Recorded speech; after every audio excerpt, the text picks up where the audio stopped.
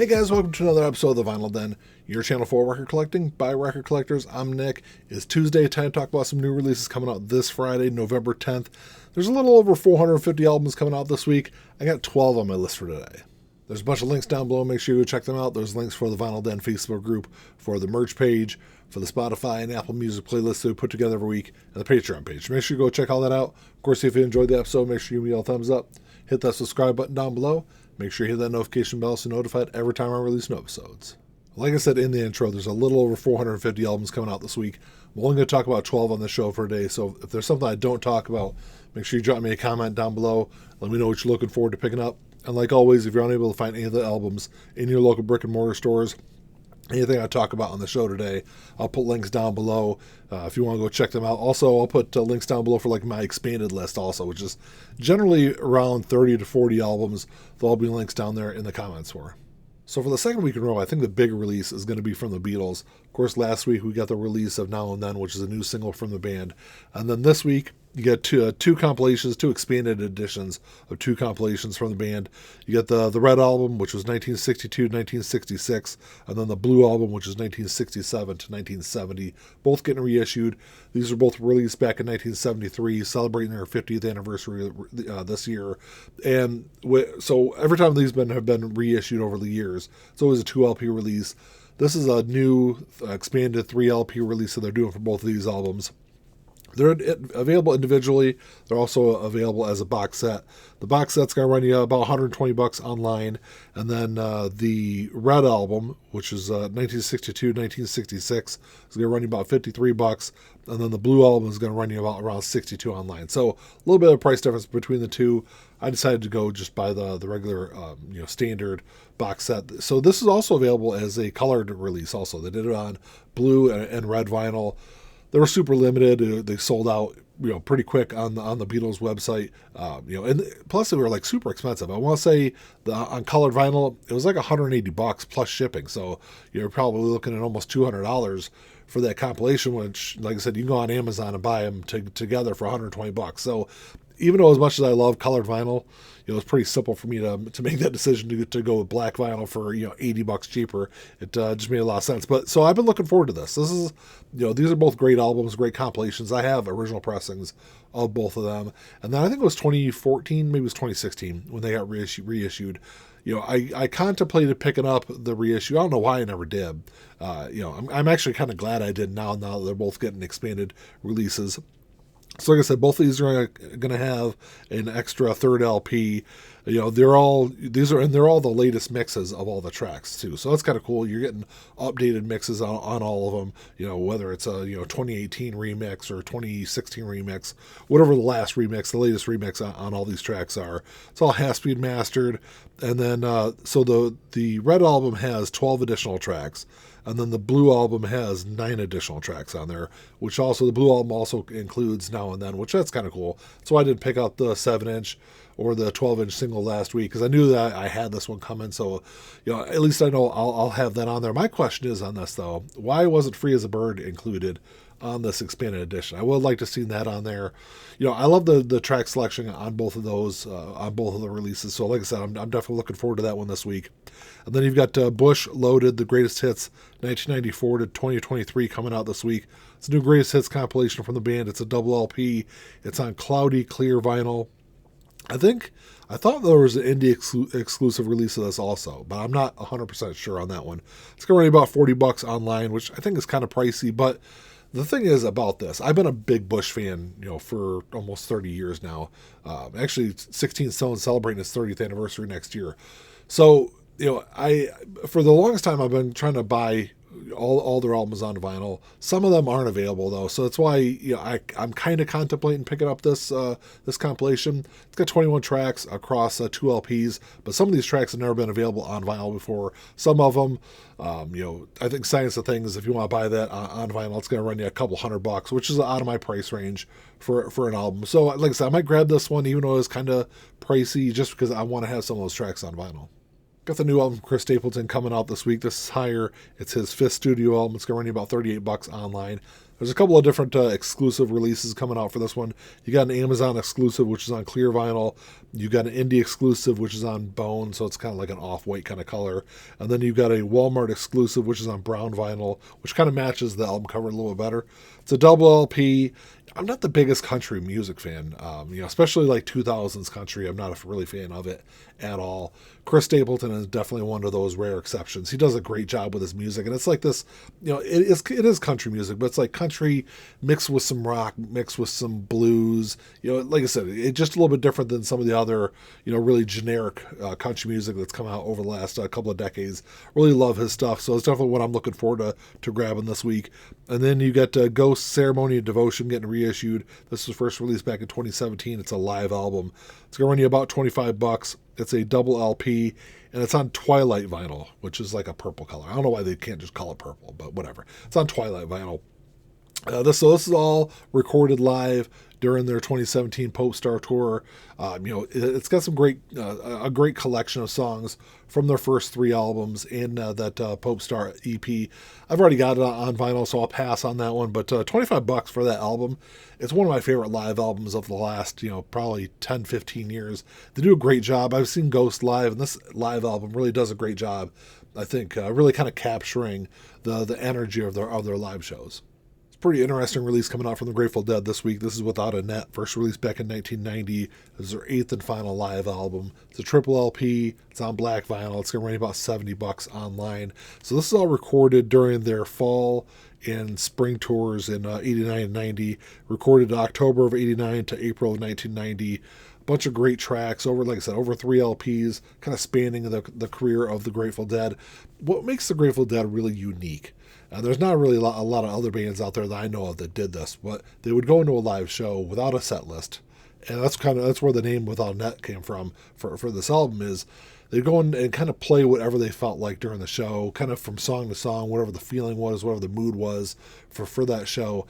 And this album does a great job of kind of encapsulating what that band was all about in the later part of their career. Like I said, it's a great release, even though it is $70. It's a 3 LP release, so that's definitely a good one to look at. And then you got Fuel, Something Like Human getting reissued. First released back in 2000. I don't know why I was thinking 99. It was 2000, even though I'm looking at my notes here. It was the band's second studio album. It's going to run you about $33 online. It's a huge album when it was released. Hemorrhage was a huge track, kind of pushed this album.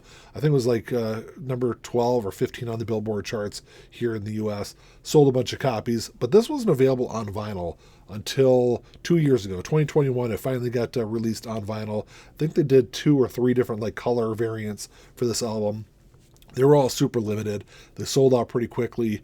And then, so this is actually just a wider standard black vinyl release that they're doing for this album. So if you missed out on that vinyl a couple years ago, you should be able to grab a copy this week for $33.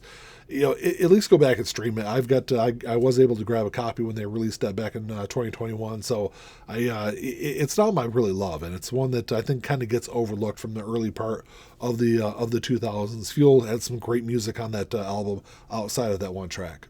Got a great rap album getting reissued this week. This is Public Enemy. It Takes a Nation of Millions to Hold Us Back. That's an absolute classic. One of my favorite rap albums of all time. It was released back in 1988, which is really kind of interesting time for rap music. Rap was really changing around that time period, and this album really kind of helped push it in a new direction. But it's Public Enemy's second studio album.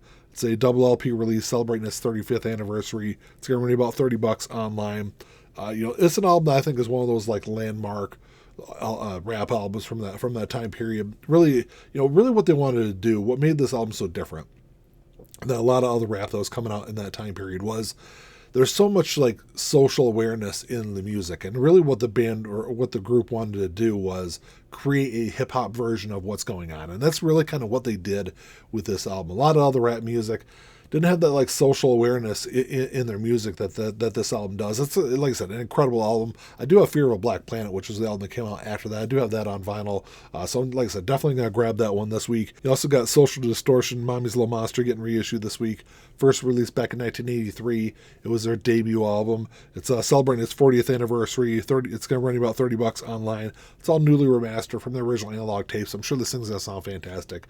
It's one that I've kind of long considered one of the most influential punk albums of the early to mid part of the 80s, but it's kind of a different kind of punk. You still had like the Ramones kind of punk out there, some hardcore stuff like Bad Brains, and then you had Social Distortion, which was doing this like, yeah, it was punk, but it was also like had some hardcore influence in there, had some rockabilly influence in there. Like I said, this album is very raw, but you can see where the band would be going over the next 15, 20 years. It is a great album. It's not one of my favorites from the band, but I think it's one that's at least worth owning on vinyl.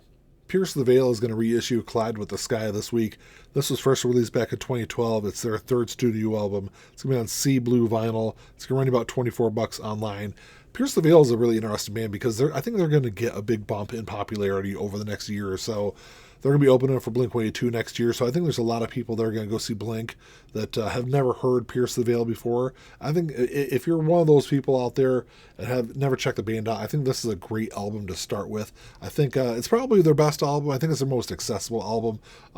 It's one that, for $24, it's a great one to grab this week. I definitely have that one on my list to pick up.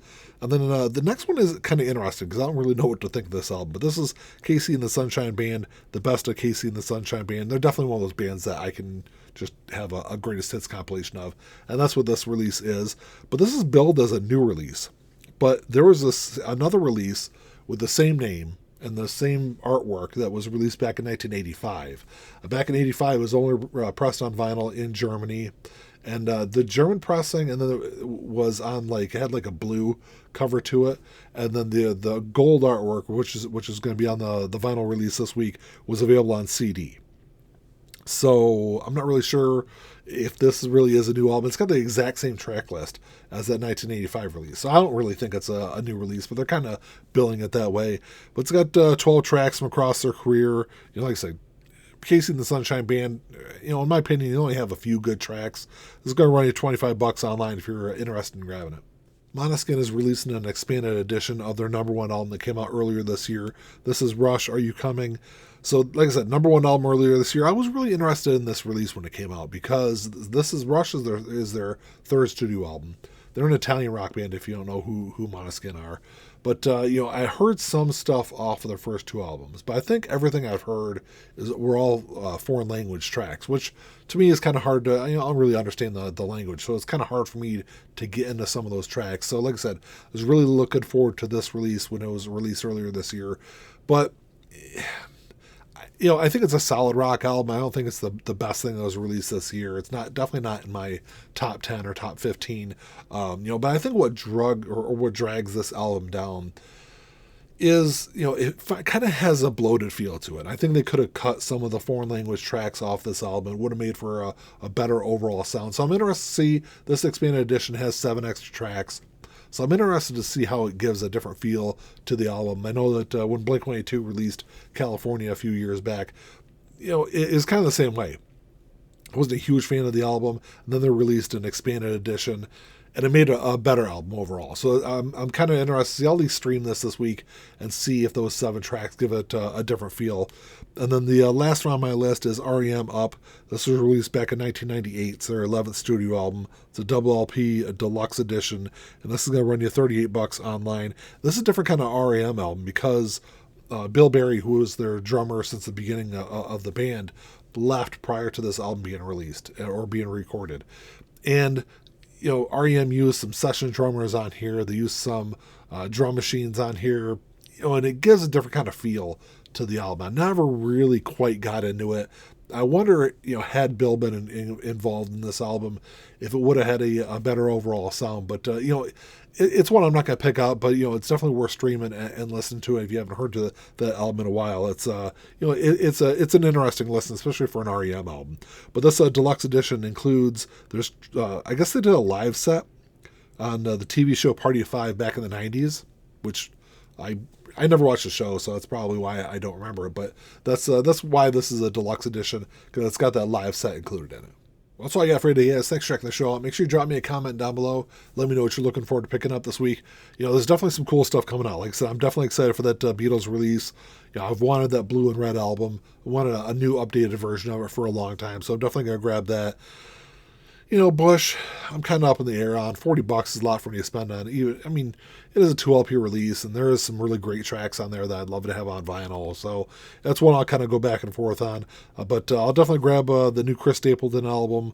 I'll probably grab that Pierce the Veil reissue also. So, definitely some stuff I'm looking forward to this week. But let me know what you guys are looking forward to. If you enjoyed the episode, make sure you give me a thumbs up.